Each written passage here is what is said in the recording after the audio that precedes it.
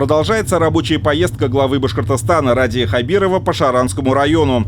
Он уже посетил предприятие по производству геосетки для дорожного строительства и бигбэгов в селе Новоюзеево, побывал в Центре детского творчества и спорта, где построили площадку для сдачи норм ГТО, и в обновленном сквере «Скорбящая мать».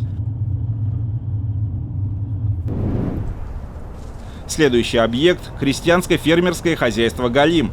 Оно входит в топ-50 овощеводов общероссийского классификатора. В теплицах работают более 50 человек. В планах аграриев зайти со своей продукцией в крупные торговые сети. Вот от нас встретили хорошо, и землю, условия создали, развиваемся здесь, на Шаранской земле. Но теперь уже как родная работаем. Отлично. А сколько здесь у вас площадь? У нас общая площадь закрытого грунта 3,5. Мы в 2018 году разработали совместно с программу по поддержке. Вот 3 блока новых построили, еще в планах. Вот это старые теплицы. Вот мы идем, меняем. То есть вот такие делаете? Да, в чем преимущество? Это многолетняя пленка, энергозатрат меньше, урожайность повышает. Она у вас тоже надувается или нет? Да, тоже надувается, да? Сейчас вот они сдуты, как бы это в зимнем периоде, ну, чтобы прослойка для зимы. Все, как бы, такие технологии. А здесь у вас томаты или только огурцы? Только огурцы, вот планируем. Вот мы, чтобы сезон не прервать, построили временный, для томатов. То есть огурцы закончатся, вот в новые теплицы я посажу томаты, а начну уже перестраивать. Куда поставляете? Поставляем мы продукцию, начиная по всей Российской Федерации. Сейчас мы организовали кооператив. Один кооператив в Туймазах, Тумазинский овощевод называется, председателем я являюсь. И в Шаране кооператив «Житница». Тоже я являюсь председателем, и хотим такой создать кластер. В Туймазах уже заканчиваем строительство овощехранилища. Вот Ильшат Ильдусович на днях был. Ну, одно слово он сказал, впечатляет. Ну, как, что мы там сделали. Здесь на базе КФХ «Галим», вот здание у нас, правда, сорвало немножко, ураган был, сейчас идет ремонт. Мы тоже начали строить овощехранилище, каркас утеплителя уже сделали, хотим в этом году участвуем опять в программе, федеральной программе, грант по программе 60/40 поддержка операторов. И думаем, если даст Бог, в этом году тоже к осени закончим. У нас очень мощные члены кооператива, которые имеют по несколько тысяч гектаров земли, мощную технику, то есть и хотим вот на пойме этой реки Сюнь выращивать. Изначально здесь всегда вот выращивали эти продукции, в частности, значит, морковь, капуста. Параллельно закладку овощей. Параллельно это будет овощехранилище, да? Да. Параллельно ведем переговоры. На сегодняшний день мы уже поставляем огурцы в Нацгвардию, со Стерлитамака вот мясо тоже занимаемся перевозками в армию, ну, в Нацгвардию. Сейчас ведем переработку, уже под перспективой будем поставлять квашеную капусту. Для квашеной капусты, значит, у нас что? Основное сырье — это морковь, капуста. И вот на этом мы хотим базироваться. Сейчас уже часть оборудования в Туймазах мы закупили. То есть вот такой, уже как бы на местном уровне, вот два района, Туймазы и Шаран, мы хотим сделать свой кластер. Объемы у нас есть, производим, то есть вы же вот знаете, в Тумазинском районе сколько производится овощей, в Шаранском районе. То есть мы непосредственно вот сбыт, а за счет этого хотим увеличить и рабочие места будут, и увеличить объем, и за счет овощехранилищ, конечно, у нас будет, мы сможем уже круглый год, именно в тот период, когда цены будут на пике. А вот сейчас из-за коронавируса у вас объемы упали, нет? В начале, нет, объем не упали, просто в начале было сложно с реализацией. То есть мы выходим в марте, у нас средняя цена в этом месяце 800 рублей была. Цены упали, да? А мы начали продавать по 30 рублей свою продукцию. То есть даже ниже себестоимости. Просто мы свою нишу тоже хотим занять, потому что мы здесь родились, здесь живем. Но в программах вот этой кооперации мы купили тоже машину Мерседес. Купили Мерседес Кёгель, чтобы мы могли вот как раз и для Нацгвардии именно эта машина продукции. У них требования жесткие. Логистику тоже потихоньку надо залаживать. То есть сети как принимают? Они смотрят, огурец, чтобы хранился, он должен быть сразу, вот, чтобы в холодильник остудили до нужной температуры, то есть технология, транспортировка опять по этой технологии при такой температуре, чтобы не было вот скачков температуры. И, значит, при этих условиях продукция хранится. У них требования сетей с каждым днем все жестче, жестче. Да, да, да. Конкуренция все у нас тоже больше. Производители овощей 2014 года у нас в России резко поднялось. А можно я загляну? Да, да, пожалуйста. Конец сезона. Такие подуставшие, но мы планируем, если помидоры, то июнь-июль. А после этого что получается? Это вы После говорите? этого мешки убираем, Так. заполняем и сажаем помидоры. Это вот капельницы, да, вот эти вот? Да, да, да. Ага. Этот, и все, они вот так растут. Вот.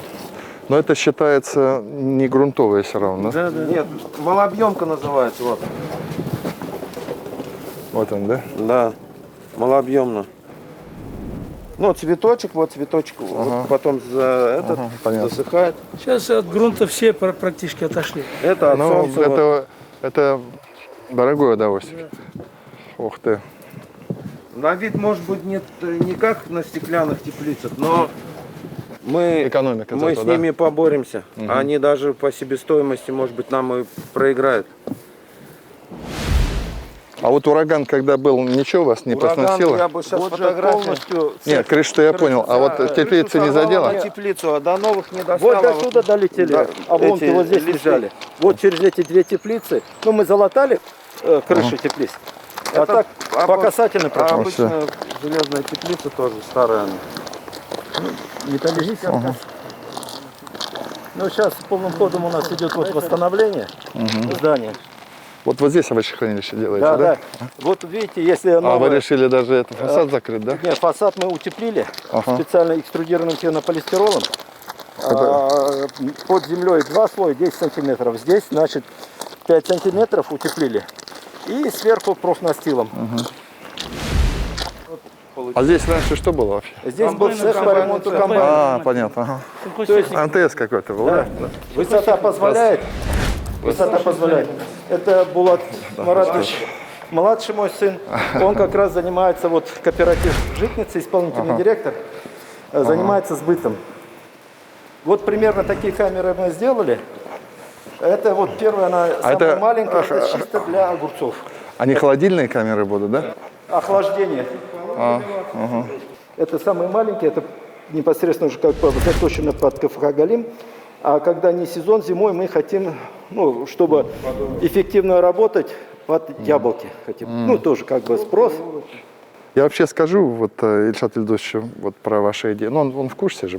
Сколько денег сюда вкладываете, например? Вот мы сейчас, общий проект, тут будет где-то, вот то, что мы планируем, 27 миллионов. 16 миллионов мы хотим грант получить.